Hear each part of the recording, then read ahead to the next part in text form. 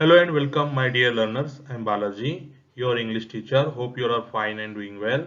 My dear learners, in this short video, I am going to explain to you one of the well-known poems written by John Berryman, an American scholar and well-known poet.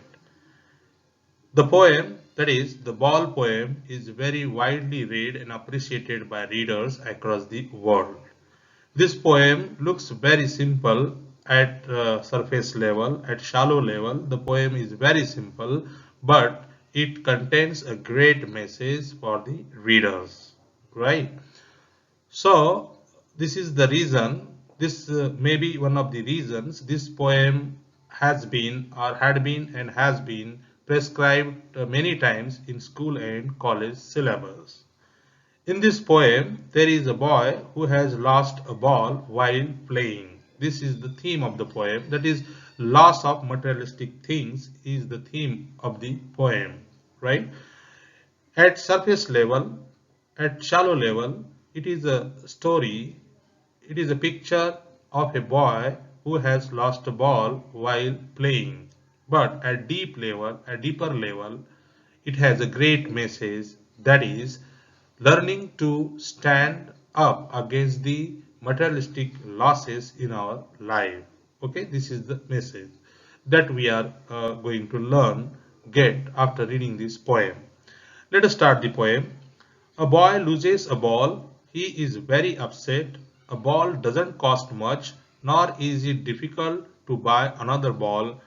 Why then is the boy so upset? Read the poem to see what the poet thinks has been lost and what the boy has to learn from the experience of losing something. Yes, this was the introductory information about the poem. As I already told you, in this poem, a small boy is playing with a ball, and while playing the ball gets slipped from his hands, and it gets lost in the nearby water body or in the nearby river, right? And now, naturally, obviously, the boy is feeling very sad, very upset, very sorry for this loss of ball, and probably this is the first time experience for the boy, right? Means probably the boy has lost something for the first time in his life, and now he is learning to stand up against the sorrow over losing loved things or the most favorite thing in his life. Okay, so our life is full of what? Good and bad experiences. Every day we gain something and lose something, and naturally when we lose something very much loved, very much liked, very close to us, it could be a living or non-living object, right? We feel very sad, but this is the life, this is the way of life. We have to learn, we have to get what adjusted with the life. Life is not fair. We have to learn to get adjusted with whatever the life throws in our way. This is what the boy is going to learn with this experience, because our life is full of up and downs. Our life is a kind of long journey, having innumerable up and downs, right? And we must get used to that, right? Life is not fair. We must get used to that. The sooner we get used to that, the better, right? So we feel very sorry, we get upset when we expect a lot of comfort, a lot of joy, delight in our life. So we first must understand that life is not fair and we have to get used to it, right? Then only we are not going to suffer, then only we are not going to feel the pain in life, then only we are going to enjoy the life stoically, right? So this is the message we are going to get, or the reader gets after reading this poem. At surface level, it is the experience of a small boy playing with the ball and losing it. But at deeper level, it contains a lot of philosophy, a great message for everyone across the globe. Let us start the poem. What is the boy now who has lost his ball? Who is speaking this? The speaker, that is narrator, the poet is saying, what is the boy now who has lost his ball? What is he to do? I saw it go. So in these two lines, the poet, the narrator says that what is the boy is going to do now, right? Because he has lost his ball now. The ball is no more with him. The ball is gone. And what is he to do? And what is he going to do now? The favorite thing that he had, the favorite, the most close thing to him, the toy which he loved most, the ball, right? It is now no more with him, no longer with him. It is lost, it is gone. And the poet further says that he himself has seen it go, right? Means now the boy is a boy has nothing to play with, right? And probably the ball was the only thing with which he used to play, or he had spent a lot of time. Probably it was the thing which he possessed, or he played with for a long time, and now that thing, that ball, is no longer with him, and he lost it, right? See, the next line, merrily bouncing. Merrily means happily, right? Merrily bouncing. Bouncing, ball bounces.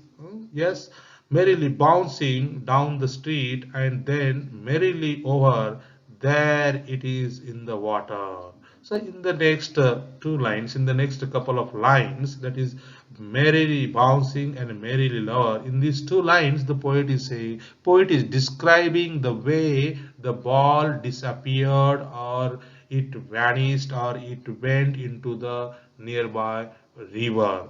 Merrily bouncing. Actually, this is a metaphor. This is merrily bouncing down the street and then merrily over. There it is in the water. Okay, the ball slipped away, or it went sliding. How? The merrily bouncing down the street and then merrily over. There it is in the water. And now where is the ball? Now the ball is gone, right? It slided away into the water, merrily dancing happily. There it is in the water. Now it is lost in the water body, in the river, and the boy is watching from the distance there, right? And merrily bouncing. Do you think that the only ball is lost, and nothing is lost, and the boy can buy another ball? Is ball so costly, so expensive?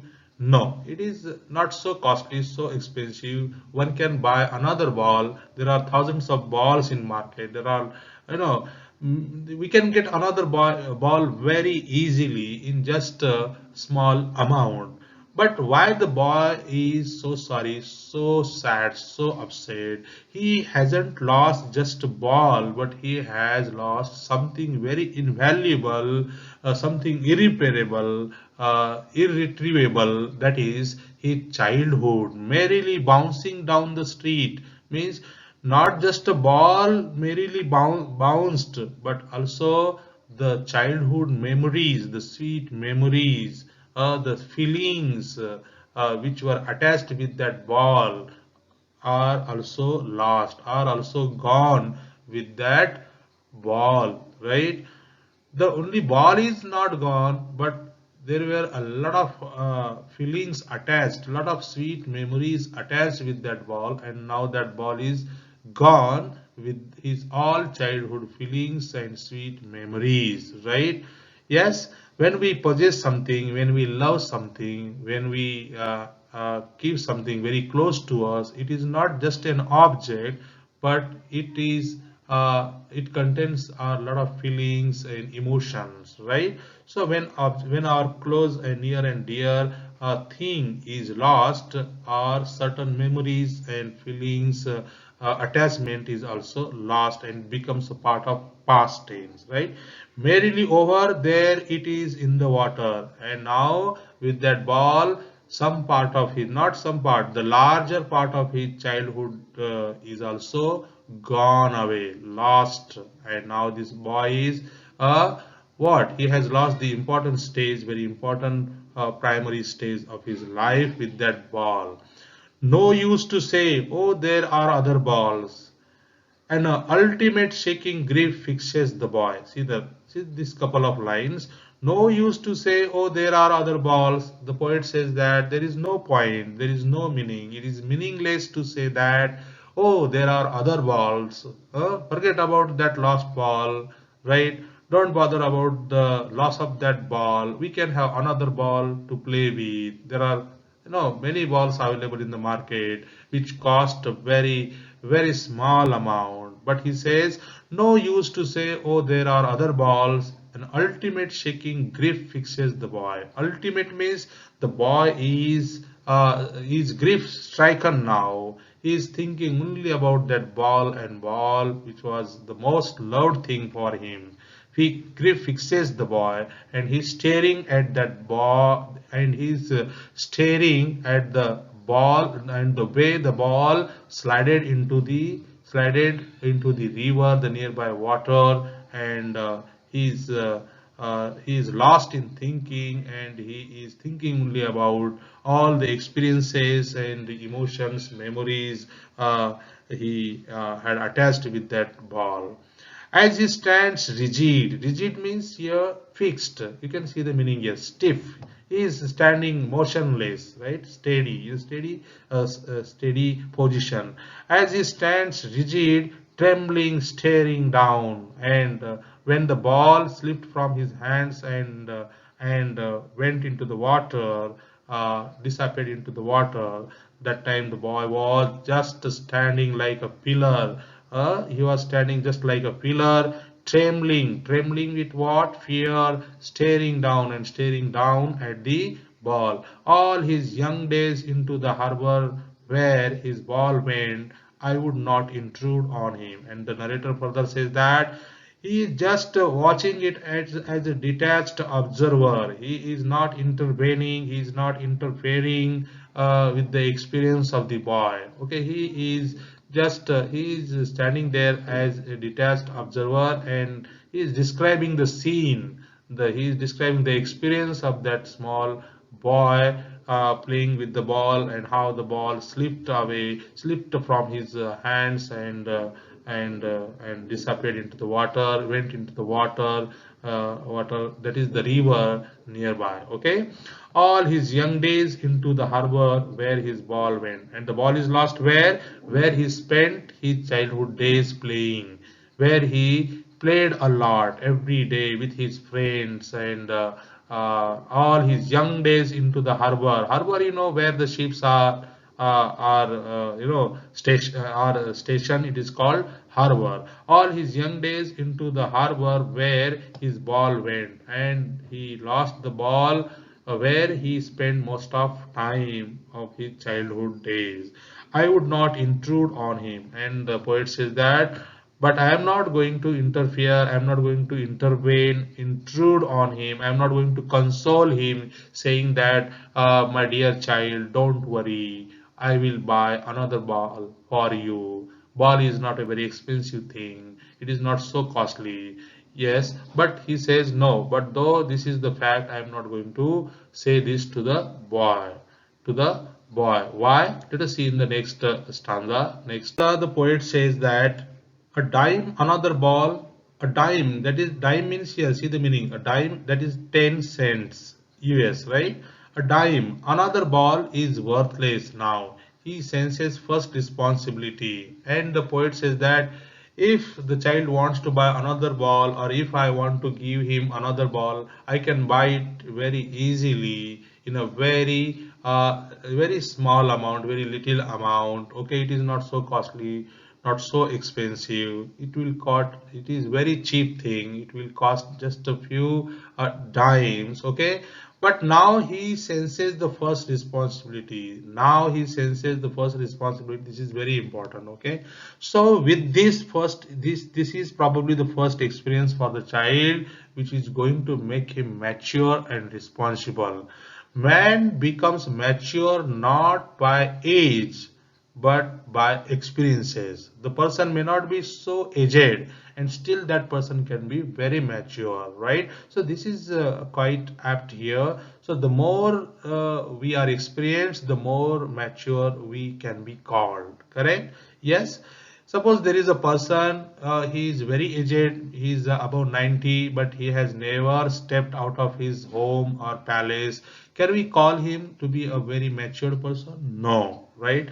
Mature person is that person who has had a lot of experience in his life, good experience, bad experience, yes, varied type of experiences. So probably this is the first experience the child gets, right? And this experience is what it is, a very miserable experience, not happy experience.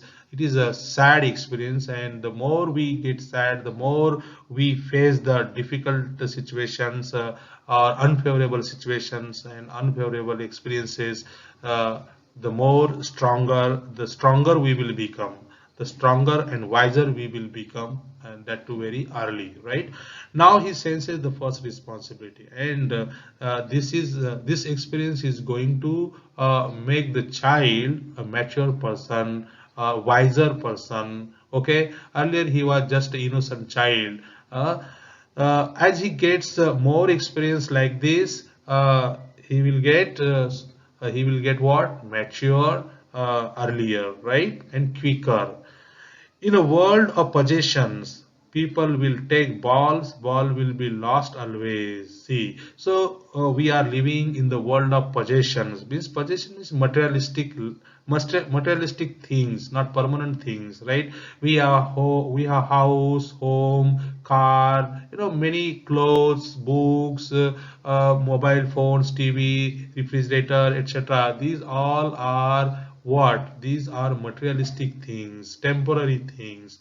In a world of possession, people will take balls, balls will be lost always. Here, the balls, this symbolizes the materialistic things, impermanent things in our life, right?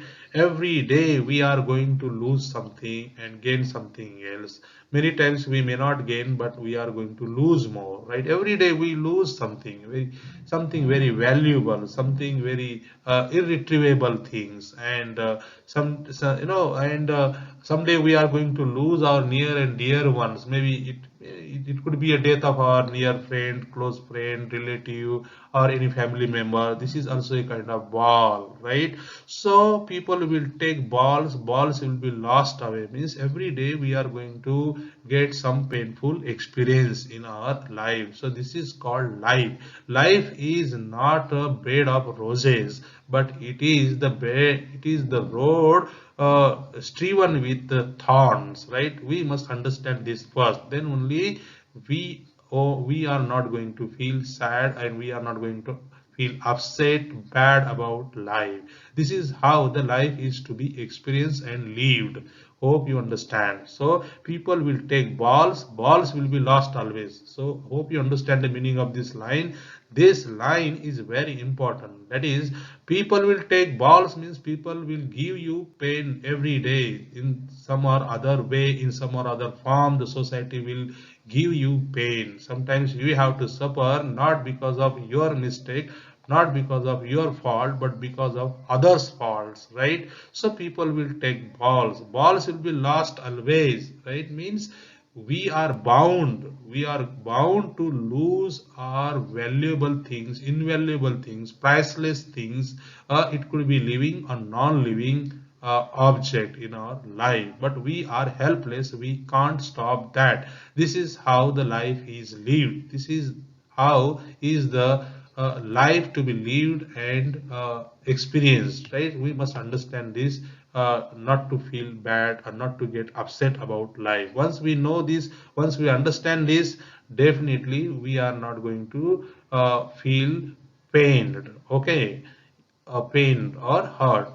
Little boy, see, people will take balls will be lost always. Little boy means the narrator is telling this to the boy, right? So this is the lesson of the life. This is how the life is going to be there. Little boy, try to understand the life. Okay, this is now this is the beginning of your life. This is the starting of your life. Your life starts with this experience. There are many painful experience awaiting in waiting in future. Okay, this is just a very small painful or sorrowful sad experience, and many big and terrible, very huge and very extreme painful experiences are waiting there for you in future, right? And no one buys a ball back. Money is external, and no one buys a ball back. Money is external means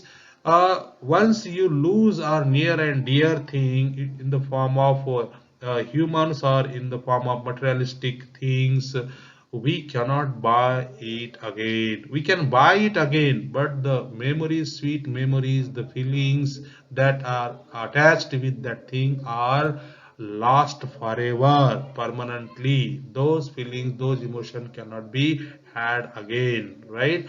Money is external. Money is external means money can buy only certain things. It cannot buy everything, right? Money can buy another ball for you, but it cannot buy all those sweet memories attached with that ball, which is lost by the ball. This is just a simple example. So there are many things in our life. We can buy new things in place of the old things once it is lost or damaged, but we cannot have our feelings, our attachment, and sweet memories attached with that thing in the past. He is learning. See, he is learning well behind his desperate eyes. So from this line, we can understand that this is the beginning, this is the starting of his learning how to live life. He is learning well behind his desperate eyes. Desperate eyes means he cannot do anything. He is helpless. It is beyond our limit. This is beyond his power, control, right? This is the way of, this is the rule of nature. This is the rule of universe that once we lost, it is lost, and we cannot have the same moment, the same thing with the same moment back, with the same time back. He is learning well behind his desperate eyes means he is learning it indirectly, unconsciously, invisibly, the way of life, how life is lived or how life happens, right? See, the epistemology of laws. He is learning what? The epistemology, that is understanding of laws. Epistemology, the meaning you can see here, epistemology is the study of the nature of knowledge itself. Means the epistemology of laws, this is how the child understand the laws, right? How to stand up. The epistemology of laws and how to stand up means this is the first experience for the child to learn that how to lose things and not to feel bad, not to get upset after losing the most loved thing in life, and how to stand up again, right? Once we lose something very precious, something very invaluable in our life, we should not get stuck there only thinking or brooding over that loss, that oh, I lost a very precious thing, invaluable thing, and what can I do now? I want it back at any cost. That is not going to happen. That is impossible. So the earlier we, the quicker and earlier we forget about it is the better, right? Yes. The epistemology of loss means there are such a life is full of losses. Every day there is going to some or other loss in our life, and we should not get stuck there only, right? How to stand up? The better way to get over that loss is to stand up again with a renewed energy, with a renewed energy and courage, confidence, right? Yes, knowing what every man must one day know.